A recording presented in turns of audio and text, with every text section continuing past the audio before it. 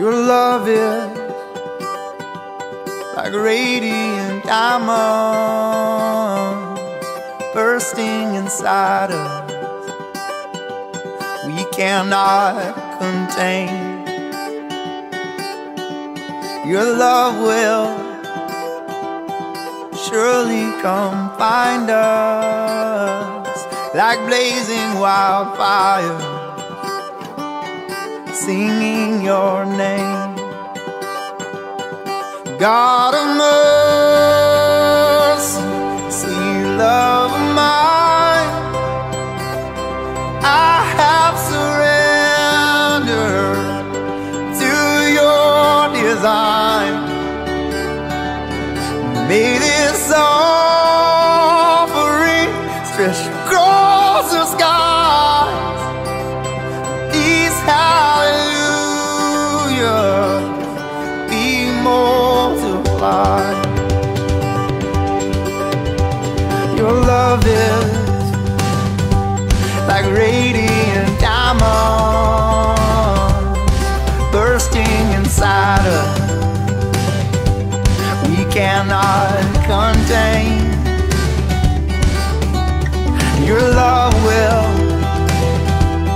surely come find us like blazing wildfire, singing your name. God of mercy, sweet love of mine, I have surrendered to your design. May this offering stretch across the sky. These hallelujahs be multiplied.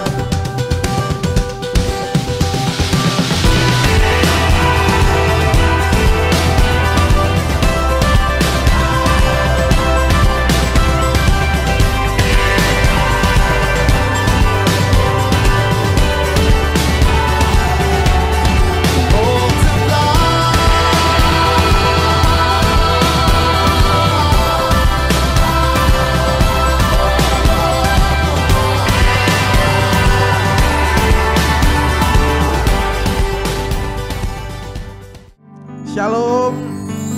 Selamat hari Minggu saudara-saudara sekalian dimanapun berada. Mari kita sama-sama siapkan hati kita. Kita sama-sama mau beribadah kembali dengan kami di GKRI Sion. Mari saudara-saudara sekalian, Bapak Ibu dimanapun berada, kita mau siapkan hati kita. Kita mau fokus kepada Tuhan kita saat ini. Kita mau fokus menyembah Dia. Kita mau tinggalkan semua beban kita setelah 1 minggu kita beraktivitas.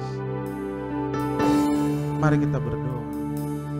Ya Tuhan Allah Bapa kami, saat ini kami datang menghampiri-Mu ya Bapa. Kami mau masuk dalam hadirat-Mu Tuhan. Kami mau sama-sama Tuhan meninggikan nama-Mu, memuliakan nama-Mu ya Bapa. Terima kasih atas setiap penyertaan-Mu ya Bapa. Kalau sampai dengan hari ini Tuhan, Kau masih menyertai kami Tuhan dengan berkat-Mu Tuhan, dengan perlindungan, dengan segala kebaikan-Mu ya Bapa dalam hidup kami. Haleluya, terima kasih ya Bapa.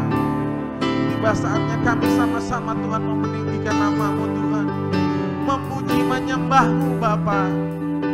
Kami mau sama-sama Tuhan bersekutu dengan-Mu Tuhan. Biarlah Bapa Kau bertahta di atas pujian-pujian kami. Oh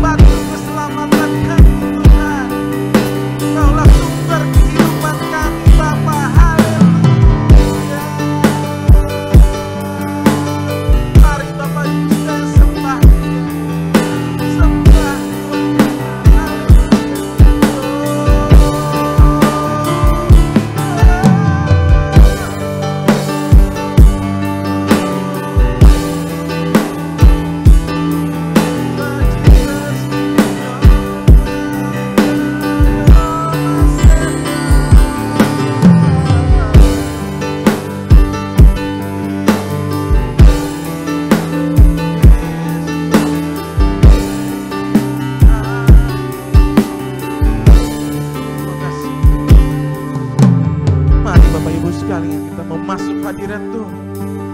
Kita mau katakan, masuk hadirat-Mu Tuhan dengan korban pujian. Masuk hadirat-Mu Tuhan, berhiaskan kekudusan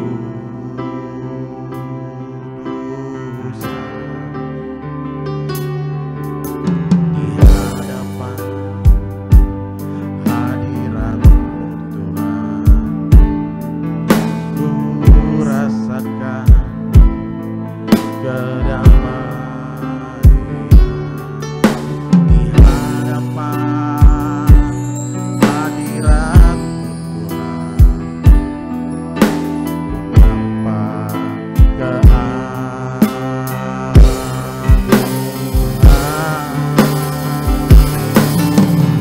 Yesus, ku sembah Kau, sujud di hadapan keinginan dalam hidupku hanya untuk menyembah-Mu.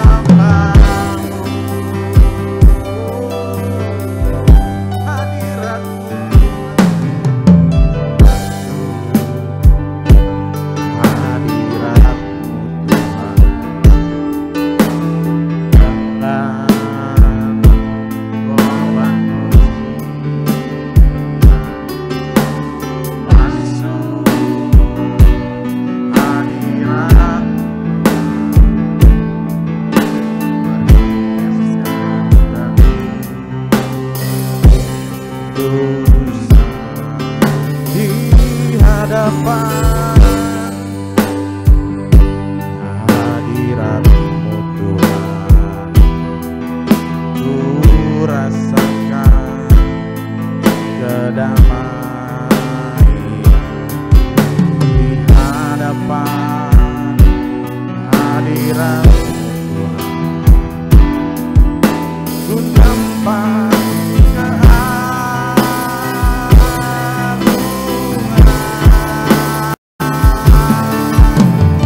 Yesus, ku sembah Kau, sujud di hadapan keinginan dalam hidupku hanya untuk menyembah-Mu. Yesus, ku sembah Kau, sujud di hadapan keinginan dalam hidupku hanya untuk menyembah-Mu.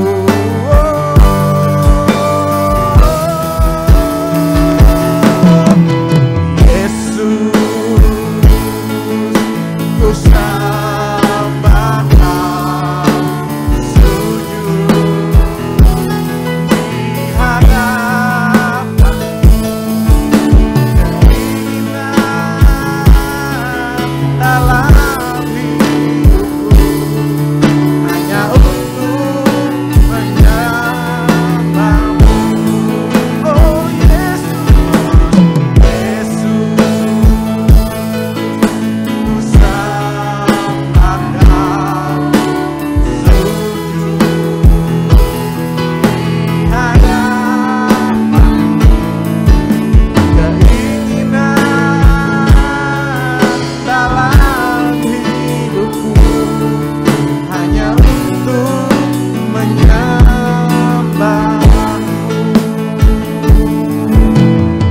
Yesus, Yesus Tuhan, kami mau sembah-Mu Bapa. Kami Kami sujud di hadirat-Mu Tuhan, di hadapan-Mu Tuhan.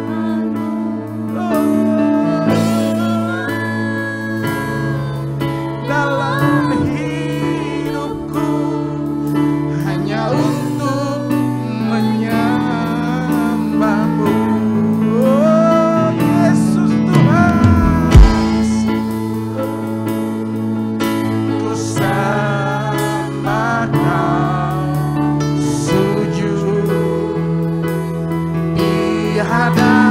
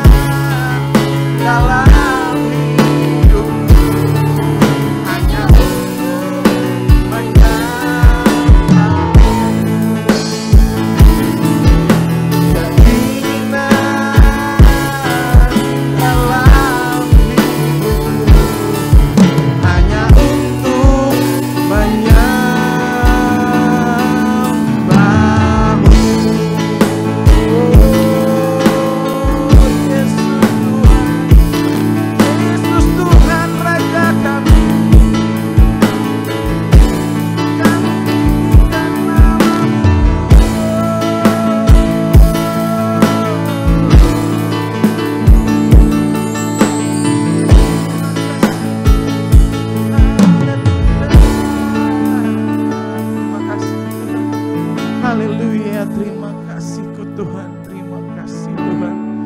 Kalau sampai dengan hari ini Bapa kami hadir di sini Tuhan, itu semua karena kebaikan-Mu ya Bapa dalam hidup kami. Sekarang kami sama-sama Tuhan, kami mau lebih lagi Tuhan masuk ke dalam hadirat-Mu Tuhan. Mari Bapak Ibu sekalian yang percaya katakan amin. Haleluya. Angkat satu pujian, kita mau bersuka cita. Besar termulia, biarlah semua memuji-Mu. Mari saudara-saudara sekalian, kita mau bertepuk tangan, kita mau memuji Tuhan. Haleluya. Segenap jiwaku bernyanyi, segenap jiwaku memuji, Roh-Mu ada dalamku Tuhan. Ku angkat tanganku memuji, ku angkat suaraku bernyanyi, karena Roh-Mu ada dalamku Tuhan. Mari menyanyi memuji, karena sukacita di hati.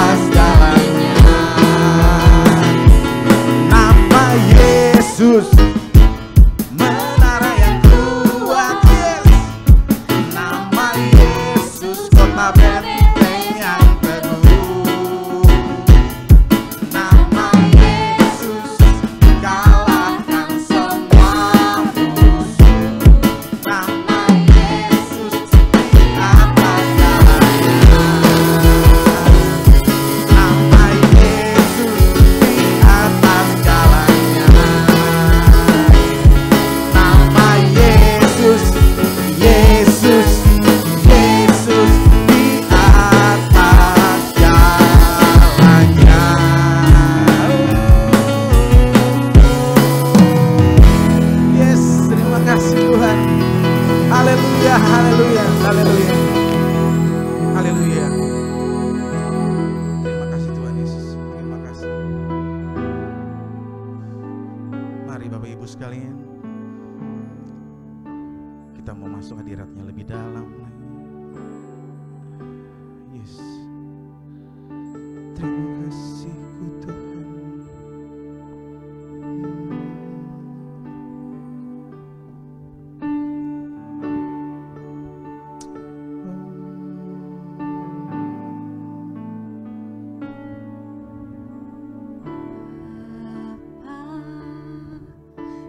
Setia Bapa, Kau mulia, tenanglah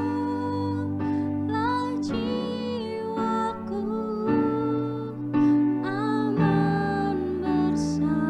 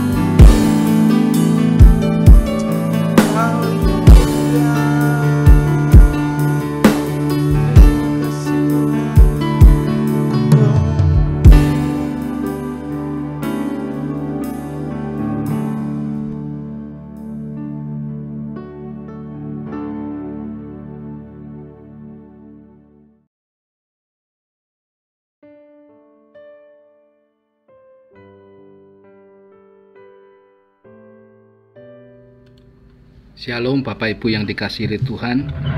Mari sebelum kita akan mendengar firman Tuhan, kita akan mohon pimpinan Roh Kudus dalam doa.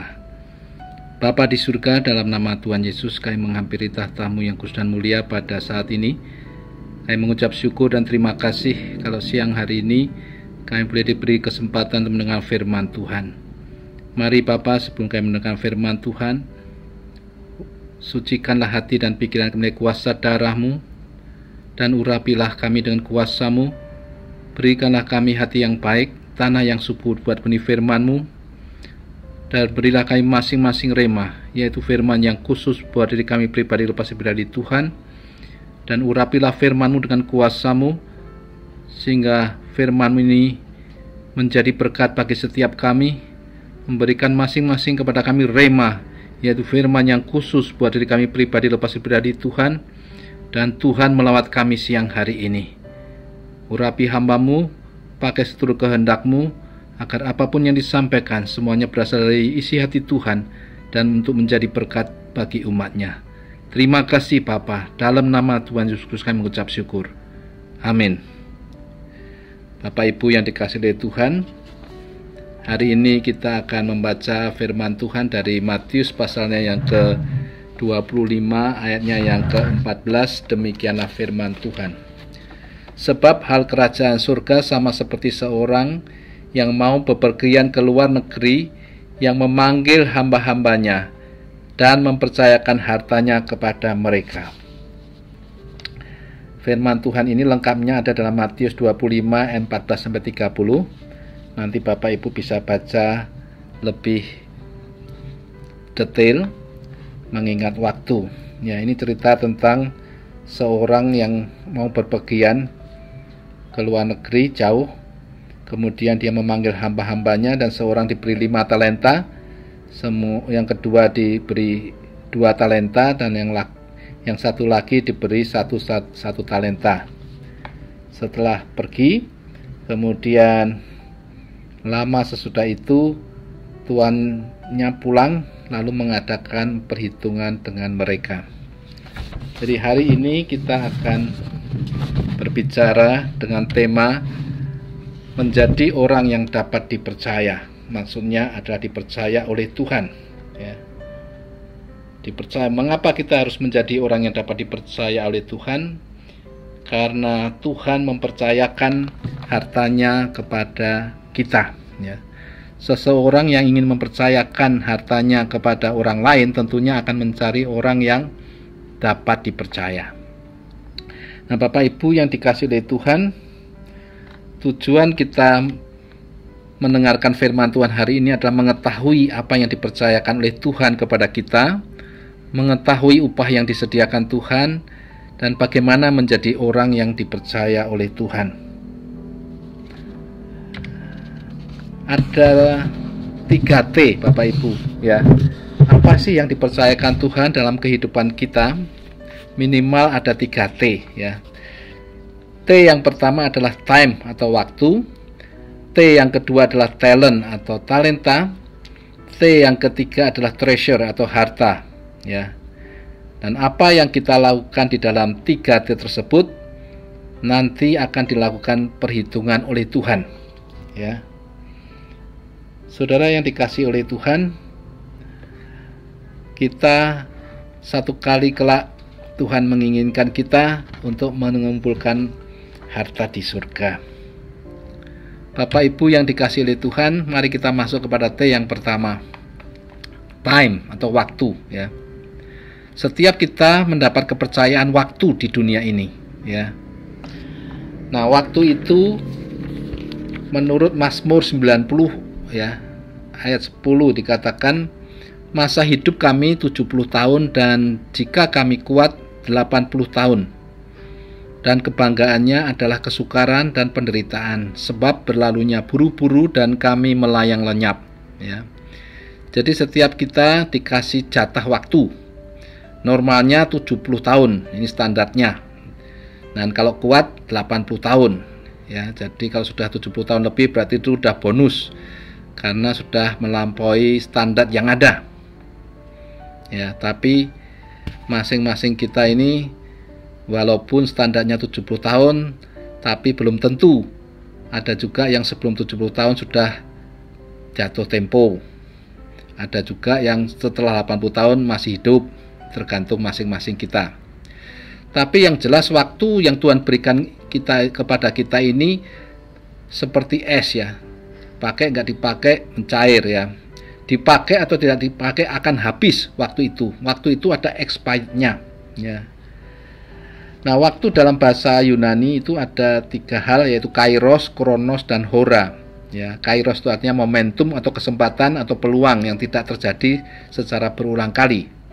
Kalau kronos artinya urutan peristiwa atau tahapan atau kronologi. Kalau hora itu artinya durasi atau rentang waktu atau panjangnya waktu ya. Nah, 3 ini kita mengalami semuanya ya. Jadi waktu yang Tuhan berikan kepada kita itu anugerah Tuhan. Jadi jangan sia-siakan waktu itu. Waktu itu sangat singkat ya. Cuman berapa puluh tahun. Jarang yang ratusan tahun.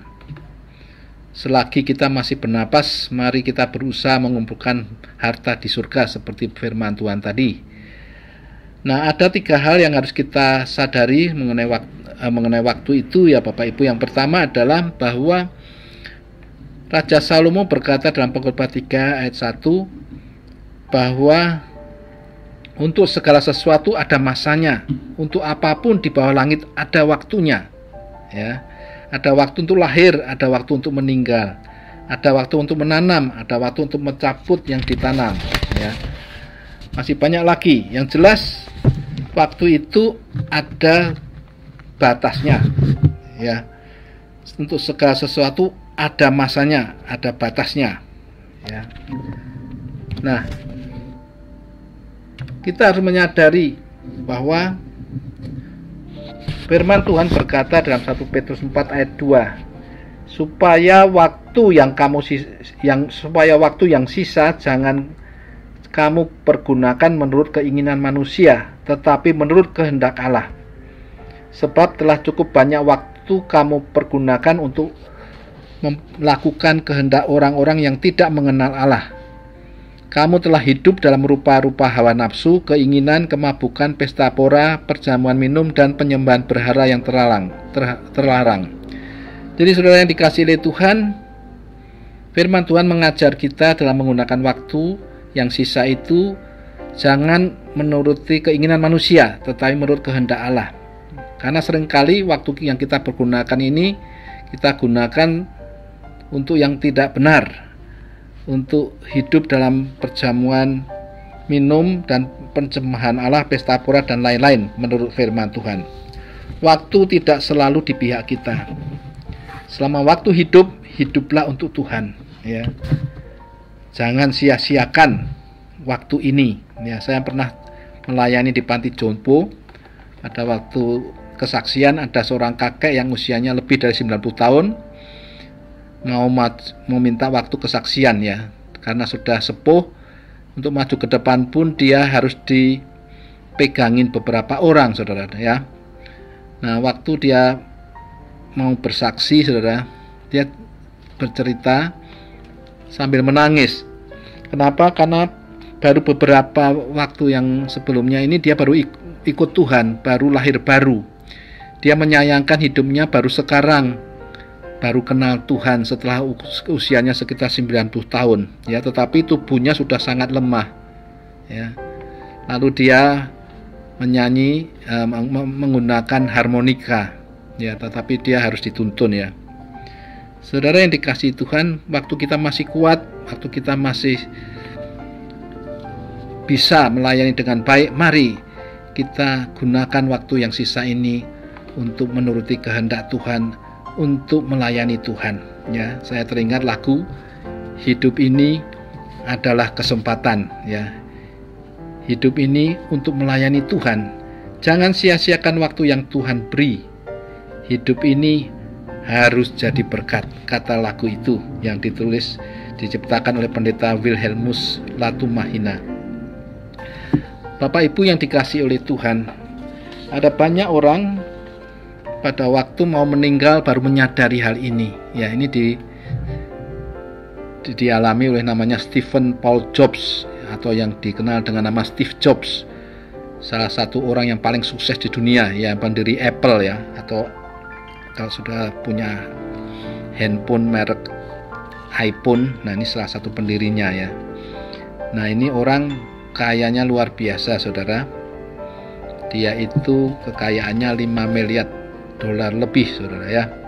Tapi di usianya yang ke-55 dia kena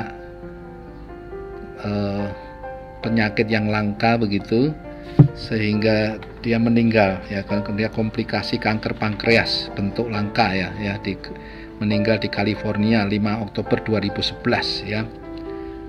Dan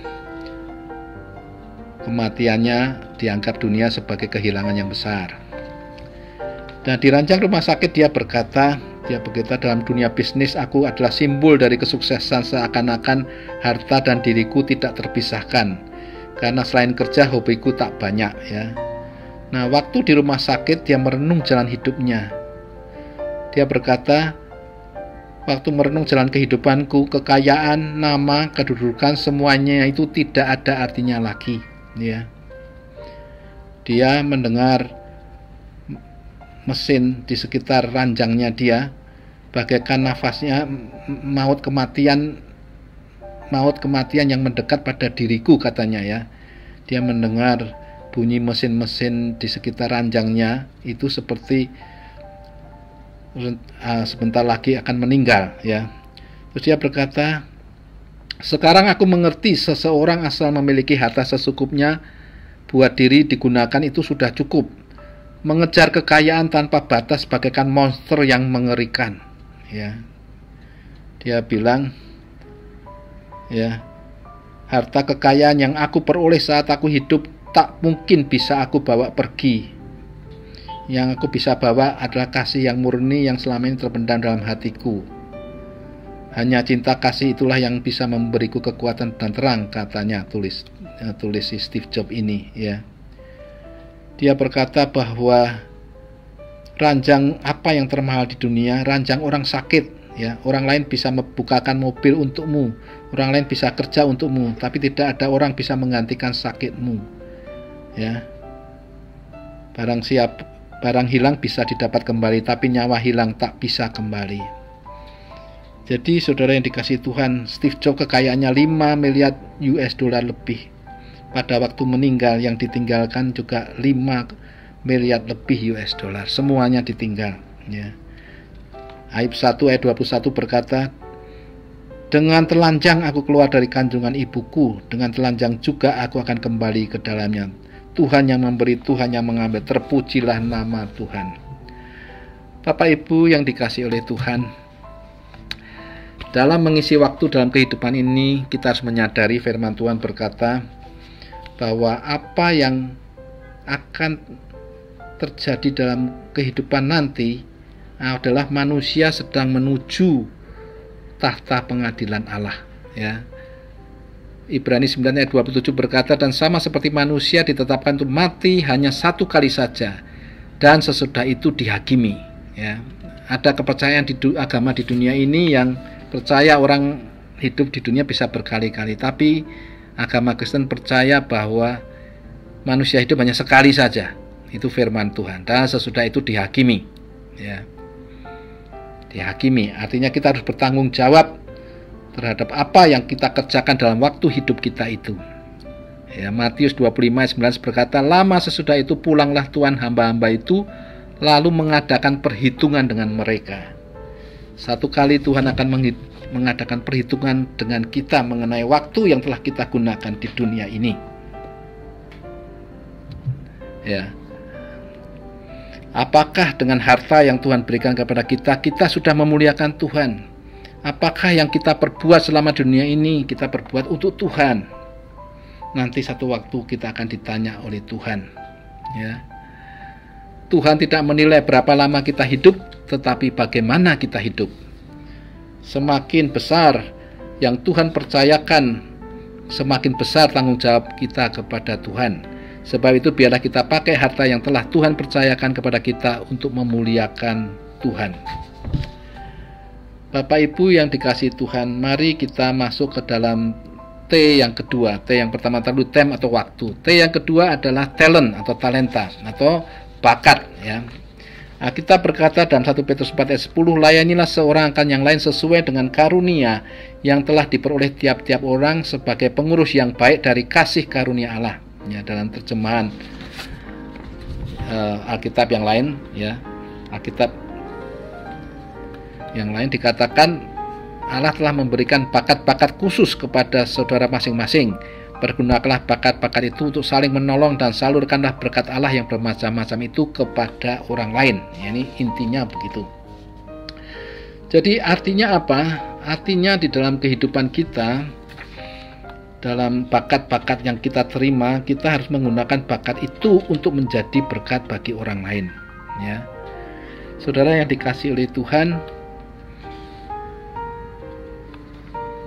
T yang kedua ini merupakan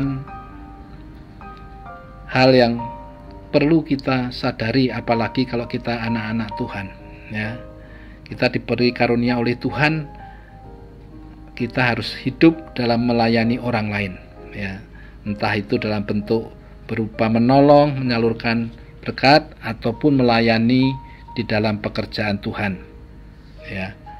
Layanilah seorang akan yang lain sesuai dengan karunia yang telah diperoleh tiap-tiap orang sebagai pengurus yang baik dari kasih karunia Allah. Yang ketiga, T yang ketiga adalah treasure atau harta. Amsal 3 ayat 9-10 berkata, muliakanlah Tuhan dengan hartamu dan dengan hasil pertama dari segala penghasilanmu. Maka lumbung-lumbungmu akan diisi penuh sampai melimpah-limpah dan bejana pemerahanmu akan meluap dengan air buah anggurnya. Jadi harta itu milik Tuhan. Kita harus mengelola dengan baik, sebab suatu saat Tuhan akan meminta pertanggungjawaban jawab dari harta yang Tuhan percayakan kepada kita. Ya. Kita berkata, muliakanlah Tuhan dengan hartamu. Jadi melalui harta ini kita harus memuliakan Tuhan. Kita harus mengelolanya untuk kemuliaan nama Tuhan. Ya. Bapak Ibu yang dikasihi Tuhan, ada perkataan Tuhan Yesus di dalam Lukas 12 ayat 33, ya. Di sini Tuhan berkata, jualah segala milikmu dan berikanlah sedekah. Buatlah bagimu pundi-pundi yang tidak dapat menjadi tua, suatu harta di surga yang tidak akan habis, yang tidak dapat didekati pencuri dan yang tidak dirusakkan ngengat. Ya, saudara yang dikasihi Tuhan, berbicara tentang harta kita tidak mudah, ya, karena Tuhan Yesus pernah berkata, di mana hartamu berada, di situ hatimu berada. Ya, Tuhan juga pernah berkata bahwa seorang hamba tidak dapat mengabdi kepada dua tuan. Karena jika demikian ia akan membenci yang seorang dan mengasihi yang lain, atau ia akan setia kepada yang seorang dan tidak mengindahkan yang lain. Kamu tidak dapat mengabdi kepada Allah dan kepada Mamon. Ya. Saingan beratnya Tuhan itu adalah berhala atau uang. Ya. Ini nggak mudah bagi kita. Kita sering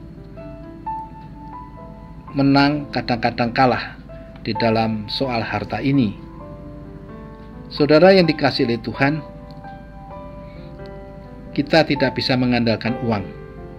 Jangan taruh pengharapan seperti kekayaan. Jangan sombong karena kaya. Ya. Di Alkitab diceritakan ada satu orang yang kaya banyak harta, tapi satu kali diambil nyawanya oleh Tuhan. Apa artinya? Ya. Saudara yang dikasihi oleh Tuhan, Tuhan Yesus berkata kepada seorang yang pemuda yang kaya, yang sejak masa muda dia sudah mentaati hukum Taurat, ya. Lalu dia tanya, apalagi kekuranganku, ya. Lalu Tuhan berkata, jualah milikmu, berikanlah kepada orang miskin, dan kamu akan beroleh harta di surga. Ya. Kemudian datanglah kemari dan ikutlah aku. Tapi pemuda itu pergi dengan sedih. Kenapa? Karena banyak hartanya, kata firman Tuhan.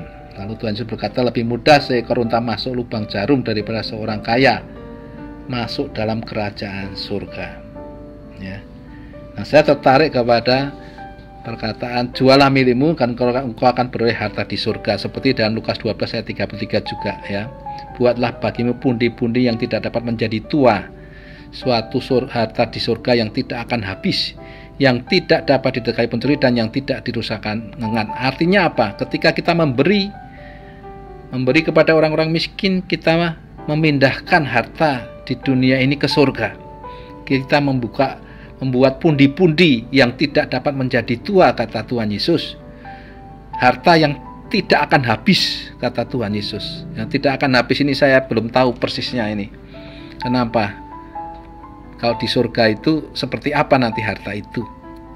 Ya, ada orang berkata kalau pernah katanya melihat di surga makan buah apel, begitu dimakan langsung keluar lagi buah apelnya. Wah, luar biasa. Tapi nggak tahu apakah seperti itu nantinya. Tapi Alkitab berkata harta yang di surga itu tidak akan habis dan tidak bisa didekati pencuri dan yang tidak dirusakkan ngengat. Artinya kekal, saudara. Ya, Bapak Ibu yang dikasihi Tuhan, pada waktu kita memberi, kita memindahkan harta dari dunia ini ke surga. Ya.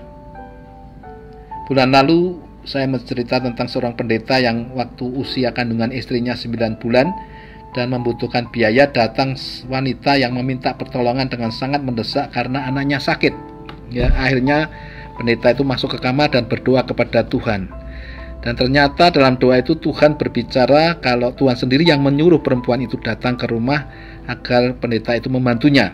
Ya, kalau Tuhan sudah bicara, pendeta menyadari itu sesuatu yang serius, bukan candaan semata. Jadi dia coba cari uang di dompet, ada beberapa lembar. Nah, dia pikir mau kasihkan kepada perempuan itu, tapi Tuhan bilang itu kurang, ya. Ya, pendeta itu memiliki simpanan uang yang rencananya akan dipakai untuk biaya kelahiran anaknya yang keempat, saudara ya. Lalu dia coba tanya lagi, konfirmasi kepada Tuhan, benar nggak sih Tuhan menyuruh dia mengambil uang simpanannya itu untuk membantu perempuan tersebut? Tapi Tuhan berbicara benar, ya. Jadi dia akhirnya uang yang di dompet maupun simpanannya dia berikan semua kepada perempuan itu. Waktu ia mau memberikan uang yang ada di dompetnya, ya, semuanya itu sudah, waktu dia sudah memberikan uang di dompetnya itu, kemudian wanita itu pergi. Luar biasa, ketika istrinya melahirkan, datang beberapa orang yang masing-masing memberi jumlah uang yang lebih dari cukup untuk membiayai seluruh persalinan istrinya, dia cerita, ya. Lalu dia tulis begini, saudara, dalam bukunya, ya. Saya benar-benar mengalami bagaimana beratnya memberikan sesuatu yang sedang kita butuhkan kepada orang lain. Ketika lapar dan ingin makan, tetapi kita harus memberikan kepada orang lain makanan tersebut, ya. Saudara, tidak mudah, saudara, memberikan sesuatu yang sedang kita butuhkan, ya. Bapak Ibu yang dikasihi Tuhan, berbicara tentang memberi seperti ini, saya ingat akan cerita Daud, ya. Bagaimana Daud waktu memberi kepada Tuhan. Ada tips dalam memberi, ya, yang saya catat waktu kita memberi kepada Tuhan. Yang pertama adalah 1 Tawarikh 29:14. Daud berkata, sebab siapakah aku ini dan siapakah bangsaku sehingga kami mampu memberikan persembahan sukarela seperti ini? Sebab daripadamulah segala-galanya dan tanganmu sendirilah persembahan yang kami berikan kepadamu. Jadi kalau kita memberi, ingatlah, kita harus menyadari bahwa semuanya yang kita punya itu berasal dari Tuhan, seperti kata Daud. Yang kedua, 1 Tawarikh 29 ayat 3. Karena cinta rumah Tuhan, ya, ini karena cinta rumah Tuhan ceritanya. Dikatakan begini, lagi pula oleh karena cintaku kepada rumah Allahku, maka sebagai tambahan pada segala yang telah kusediakan bagi rumah kudus, aku dengan ini memberikan kepada rumah Allahku dari emas dan perak kepunyaanku sendiri, ya. Jadi Daud memberikan emas dan perak untuk persembahan kepada rumah Tuhan karena cinta. Jadi memberi yang kedua adalah memberi karena cinta kepada Tuhan. Yang ketiga, memberi dengan ikhlas dan sukarela dan sukacita, itu di dalam 1 Tawarikh 29 ayat 17. Kalau kita mau memberi kepada Tuhan, jangan karena terpaksa. Karena Allah mengasihi orang yang memberi dengan sukacita. 1 2 Korintus 9 ayat 7.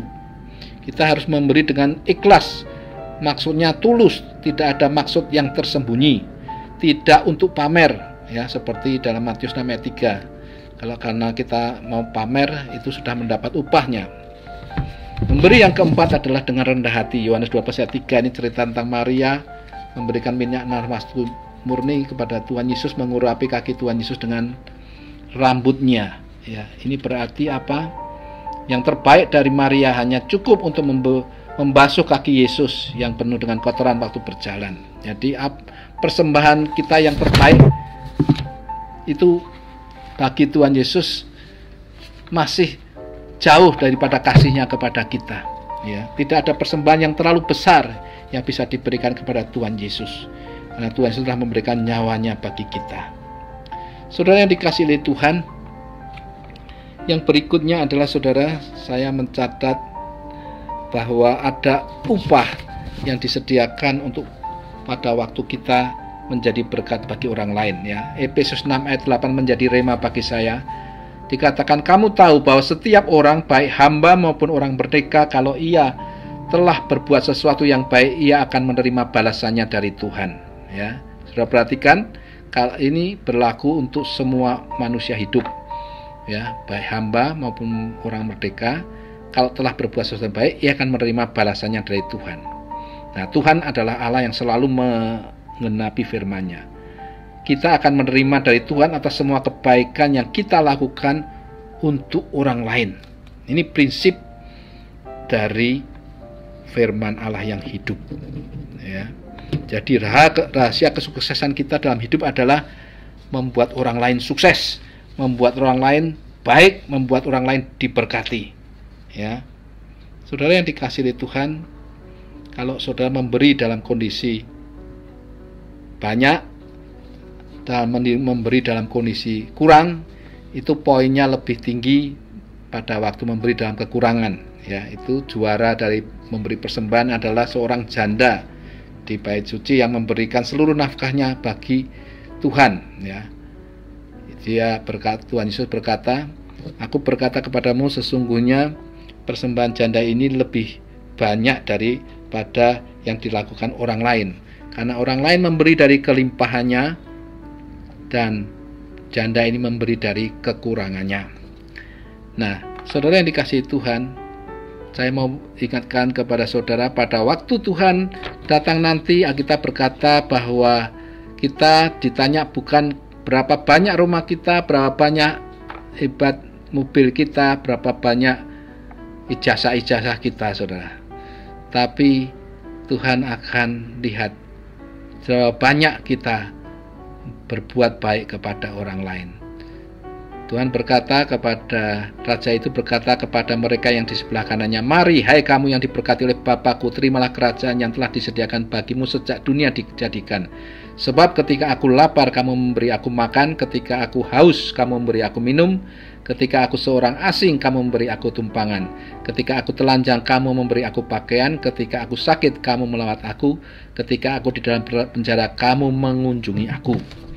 Jadi ini hal-hal yang Tuhan lihat pada waktu Dia datang untuk menghakimi orang yang hidup dan yang mati. Bapak Ibu yang dikasihi Tuhan, berbuat kebaikan bukan hanya membantu secara jasmani, tetapi juga membantu juga secara rohani, ya. Kita ingat, ya, berbuat baik itu bukan hanya secara jasmani tetapi juga secara rohani. Kita ingat tentang Ayub, Bapak Ibu, ya. Ayub itu mengalami kehilangan semua anaknya, mengalami dia kehilangan hartanya, juga mengalami istrinya menganjurkan dia bunuh diri. Bahkan sahabat-sahabatnya ditulis Ayub menurut 10 kali dia menyakiti Ayub dengan perkataannya, saudara, ya. Tetapi pada waktu itu Tuhan berkata kepada orang-orang yang menyakiti Ayub itu, baiklah hambaku Ayub meminta doa untuk kamu, karena hanya permintaannya lah yang akan kuterima, supaya aku tidak melakukan aniaya terhadap kamu, sebab kamu tidak berkata benar tentang aku seperti hambaku Ayub, yakni Ayub 42 ayat 8. Sudah perhatikan, ya, orang-orang yang sudah menyakitin hati Ayub ini sekarang datang kepada Ayub supaya Ayub mendoakan. Ya, ini nggak mudah, saudara, mendoakan orang-orang yang telah bersalah, telah menyakiti, telah membuat hati hancur, saudara ya. Tapi Ayub taat, ya. Ini memberi dalam hal kekurangan, ya, memberi dalam hal posisinya sudah habis-habisan, doakan orang lagi, saudara, ya. Nah, tapi Ayub taat, ya. Dan Ayub 42 ayat 10 berkata, lalu Tuhan setelah, ya, ayat 42 ayat 9, dan Tuhan menerima permintaan Ayub, ya. Lalu Tuhan memulihkan jadi Ayub 42 ayat 9 itu dikatakan bahwa Ayub itu mendoakan orang-orang tadi dan Tuhan menerima permintaan doa Ayub.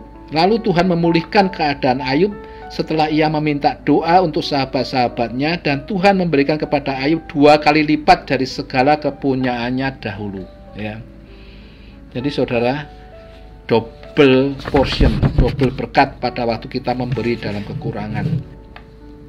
Waktu kita mengasihi orang yang membenci kita, yang tidak layak kita kasih, nah itu poinnya lebih tinggi. Matius 5 ayat 46 berkata, apabila kamu mengasihi orang yang mengasihi kamu, apakah upahmu? Bukankah pemungut cukai juga berbuat demikian? Ya.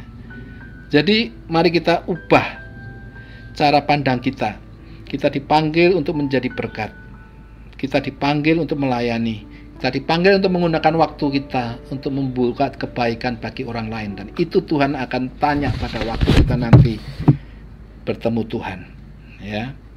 Saudara, ada sebuah cerita, mungkin sudah pernah tahu, saudara, ya. Ada seorang pengemis wanita yang sering membawa tas besar kemana-mana karena dia barang-barangnya ditagih semua. Satu kali dia melangkah masuk ke sebuah departemen store yang mewah sekali, ya, yaitu dekat-dekat hari Natal, ya. Padahal lantainya karpet semua masih baru, indah. Pengemis ini tanpa ragu-ragu memasuki toko itu. Bajunya kotor dan penuh lubang-lubang. Badannya kotor, sudah tidak mandi berminggu-minggu. Bau badannya menyengat hidung, ya. Waktu itu seorang hamba Tuhan wanita mengikutinya dari belakang. Dia ingin berjaga-jaga kalau petugas security toko mengusir pengemis itu, ya. Maka dia akan membela atau mungkin menolong si pengemis itu, saudara. Nah, saudara yang dikasihi Tuhan, waktu pemilik atau pengurus toko mewah ini melihat pengemis kotor itu, ya saudara, ya, itu dipikir si hamba Tuhan ini pasti akan diperlakukan tidak baik, saudara. Tapi anehnya pihak keamanan tidak mencegat atau mengusirnya, ya. Dan di situ, saudara, padahal ada jas yang harganya mahal sekali, ada penyanyi-penyanyi yang menyanyikan lagu-lagu Natal, ya saudara, ya. Sebetulnya nggak cocok dengan si pengemis wanita ini, saudara, ya. Nah, tapi si pengemis wanita ini dengan PD-nya dia mencoba gaun-gaun yang bermerek mahal, yang harganya di atas $1.000 ya per piece, ya. Dan anehnya pelayan di situ melayani dengan baik dan sopan, ya. Waktu si pengemis berkata, saya ingin mencoba gaun merah itu, ya, itu dilayani dengan baik, saudara, ya. Padahal kalau dicoba dengan bau badan yang seperti itu kan nanti harus di laundry dan macam-macam, ya. Lalu dia coba cari ukuran yang cocok, gonta-ganti begitu, saudara, ya. Setelah itu, ya, seperti yang disangka, ya. Ternyata ya orang itu, pengemis itu tidak jadi beli, ya. Dia pergi dengan kepala tegak, ya. Dia merasa memang dia boleh mencoba seluruh gaun itu, saudara, ya. Jadi pengemis itu berlalu begitu saja, ya. Nah, hamba Tuhan itu kemudian penasaran, saudara, ya. Dia tanya kepada tadi pelayan yang baik dan ramah tadi, melayani dengan baik tadi, mengapa Anda membiarkan pengemis itu mencoba gaun-gaun indah ini? Pelayan itu menjawab, oh, itu memang tugas saya, dan melayani dan berbuat baik. Terus hamba Tuhan tanya, kan Anda tahu bahwa tidak mungkin dia membeli gaun yang semahal itu. Lalu Pelayan itu menjawab begini, saudara. Maaf, soal itu bukan urusan saya. Saya tidak dalam posisi untuk menghakimi para pelanggan saya. Tugas saya adalah untuk melayani dan berbuat baik. Ya, hamba Tuhan itu kaget di zaman yang penuh keduniawian ini ternyata masih ada orang-orang yang tugasnya melayani dan berbuat baik tanpa perlu menghakimi orang lain, ya. Singkat cerita, dia akhirnya minggu khotbah, dia ceritakan tentang kisah ini. Dan ada seorang wartawan di situ, dia tulis cerita ini, saudara. Dan beberapa lama kemudian toko ini penjualannya meningkat drastis, ya. Keuntungan bulan berikutnya meningkat 48% katanya. Jadi saudara yang dikasihi Tuhan, sadarilah bahwa pada waktu kita berbuat kebaikan kepada orang lain, Tuhan akan membuat kebaikan bagi kita, kata Efesus 6 ayat 8. Kita harus menyadari bahwa ya, segala kuasa dan kekuatan itu ada di tangan Tuhan. Bukan oleh kekuatannya sendiri seseorang itu berkuasa. Tuhan Yesus berkata kepada Pilatus, engkau tidak memiliki kuasa apapun atas diriku kecuali kuasa itu diberikan kepadamu. Ya. Jika bos yang ada di surga itu mau mengangkat kita, saudara, maka tidak ada bos di dunia yang bisa menolak kita. Karena segala kuasa itu ada di tangan Tuhan, ya. Sebab bukan dari timur atau dari barat dan bukan dari padang gurun datangnya peninggian itu, tetapi Allah adalah hakim, direndahkannya yang satu dan ditinggikannya yang lain, ya. Bapak Ibu yang dikasihi oleh Tuhan, ya. Satu kali orang tuanya Yohanes dan Yakobus datang kepada Tuhan Yesus, ya. Lalu kata mereka, perkenankanlah kami duduk dalam kemuliaan-Mu kelak, yang seorang lagi di sebelah kananmu dan yang seorang di sebelah kirimu. Tetapi kata Yesus kepada mereka, kamu tidak tahu apa yang kamu minta. Dapatkah kamu meminum cawan yang harus kuminum dan dibaptis dengan baptisan yang harus kuterima? Ya. Jawab mereka, kami dapat. Yesus berkata kepada mereka, memang kamu akan meminum cawan yang harus kuminum dan akan dibaptis dengan baptisan yang harus kuterima. Tetapi hal duduk di sebelah kananku atau di sebelah kiriku, aku tidak berhak memberikannya. Itu hal akan diberikan kepada orang-orang bagi siapa itu telah disediakan. Jadi saudara yang dikasihi Tuhan, kedudukan adalah hak prerogatif Allah Bapa. Dialah yang bisa memberikan yang kedudukan yang tepat bagi kita. Hanya masalahnya apakah kita ini mau menjadi berkat? Apakah kita ini mau seperti seperti orang yang mendapat 5 talenta atau 2 talenta, atau sebaliknya kita seperti orang yang menyimpan harta di dalam tanah yang dikasih 1 talenta, hanya menyimpan harta di dalam tanah, ya. Ya, menyimpan harta di dalam tanah merupakan cara yang aman pada waktu itu karena belum ada bank. Ya, itu berarti tidak perlu melakukan apa-apa, tidak mengambil risiko. Ya, bisnis itu ada risiko, ya.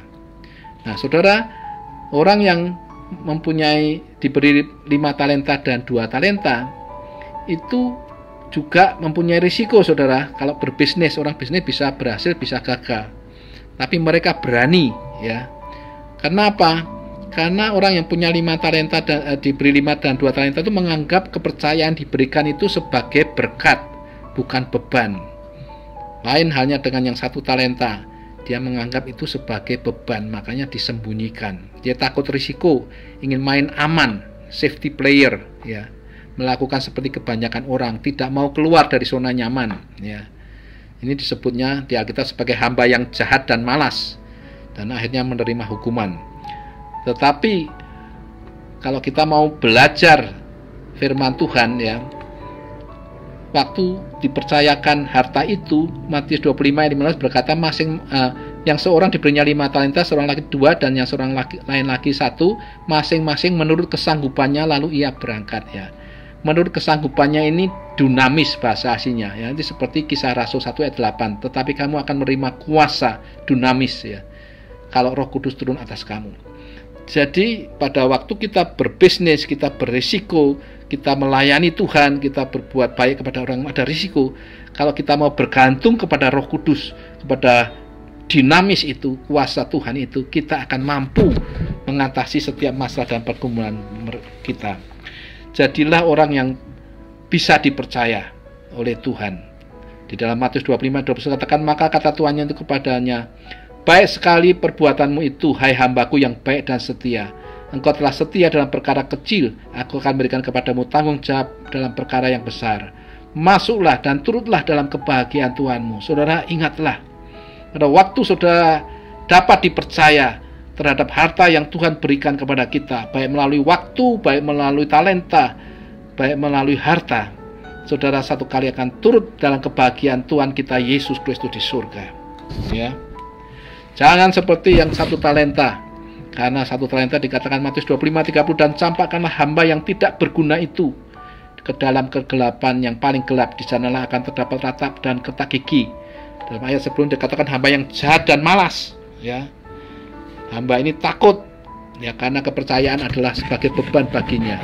Ia tidak melakukan dengan sukacita, ya. Ia melayani dengan tidak mau melayani, memberikan talenta untuk melayani, ya. Padahal melayani itu berkat, bukan beban.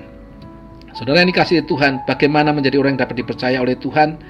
Apakah kita ini dapat layak mendapat promosi, ya? Apakah kita sungguh-sungguh menjadi pelayan-pelayan yang menyenangkan hati Tuhan? Apakah kita ini berani menghadapi risiko? Apakah kita mau bekerja sama dengan Roh Kudus dalam menghadapi kehidupan ini, dalam menjadi berkat, dalam melayani Tuhan, dalam menggunakan waktu untuk kebaikan? Saudara yang dikasihi Tuhan, bagi hamba yang mendapat 5 dan 2 talenta, kepercayaan adalah berkat, bukan beban. Berani menghadapi risiko, berani meresponi panggilan Tuhan, karena menghidupi panggilan Tuhan sebagai panggilan tertinggi Tuhan adalah berkat yang terbesar. Saya ingat cerita Petrus sebelum dan setelah mengenal Yesus, ya. Pada waktu pertama berjumpa dengan Yesus, Petrus disuruh menangkap ikan ke tempat yang dalam, dan mereka menangkap ikan begitu banyak sehingga perahu hampir tenggelam. Lalu Simon Petrus berkata, dia tersungkur di hadapan Yesus, berkata, Tuhan, pergilah daripadaku karena aku ini orang berdosa, ya. Tetapi setelah dia mengenal Yesus, Yohanes 21 ayat 7, ya, waktu itu juga semalaman tidak dapat tangkap ikan. Setelah Tuhan mengatakan tebar sebelah kanan, mereka mendapatkan sejumlah besar ikan itu, dan ikan itu 153, ya. 153 itu luar biasa, angka yang hebat, ya. Dan dikatakan bahwa menurut zaman itu jenis-jenis ikan itu jumlahnya ada 153, saudara. Ada tafsiran yang mengatakan demikian, artinya berkat itu lengkap. Tapi ketika Petrus itu tahu bahwa itu Tuhan, ya, maka ia mengenakan pakaian lalu terjun ke dalam danau, ya. Dia tidak mengurusin ikan-ikan itu, tapi dia langsung datang kepada Yesus, saudara. Ya, apa artinya, saudara? Artinya pada waktu Petrus sudah mengenal Yesus dengan sungguh-sungguh, dia merasa Yesus adalah segalanya. Yesus lebih berarti daripada ikan-ikan yang besar, ya. Itu sebabnya Tuhan Yesus berkata dalam Yohanes 21, Simon anak Yohanes, apakah engkau mengasihi aku lebih dari mereka ini? Apakah engkau mengasihi aku lebih dari perahu ini? Apakah engkau mengasihi aku lebih dari hartamu? Ya, Simon menjawab, Tuhan, engkau tahu aku mengasihi engkau sampai 3 kali, saudara. Ya, saudara ini kasih Tuhan. Kesimpulan hari ini, apakah kita bisa dipercaya oleh Tuhan pada waktu kita menerima harta yang diberikan kepada Tuhan kepada kita, yaitu waktu atau time, talenta atau bakat-bakat, atau harta yaitu treasure. Kita diberi waktu, kita diberi kesanggupan, kita diberi harta. Nah, satu kali Tuhan akan menanyakan, apakah harta yang diberikan kepada kita itu sudah kita gunakan untuk memuliakan Tuhan, untuk menjadi berkat, untuk melayani Tuhan, untuk melakukan kebaikan bagi orang lain, memuliakan Tuhan. Jangan jadi orang yang hanya percaya kepada Tuhan, tetapi jadilah orang yang dapat dipercaya oleh Tuhan. Tuhan memberkati kita semua. Amin. Mari kita berdoa. Bapa di surga, firman-Mu telah disampaikan suara hamba-Mu telah selesai berbicara, tetapi biarlah suara firman Allah dan kuasa Roh Kudus-Mu tetap berbicara dalam diri anak-anak-Mu Tuhan, sehingga mereka menjadi pelaku akan firman-Mu, menjadi terang dan garam bagi dunia sekitar ini, dan nama Tuhan dipermuliakan. Terpujilah nama-Mu kekal sampai selama-lamanya. Biarlah kasih daripada Allah Bapa, damai sejahtera Tuhan kami Yesus Kristus, dan persekutuan dengan Roh-Nya yang kudus menyertai kami semua yang hadir dan mendengar firman Tuhan mulai saat ini sampai selama-lamanya. Yang percaya katakan amin, amin, amin. Yesus, ku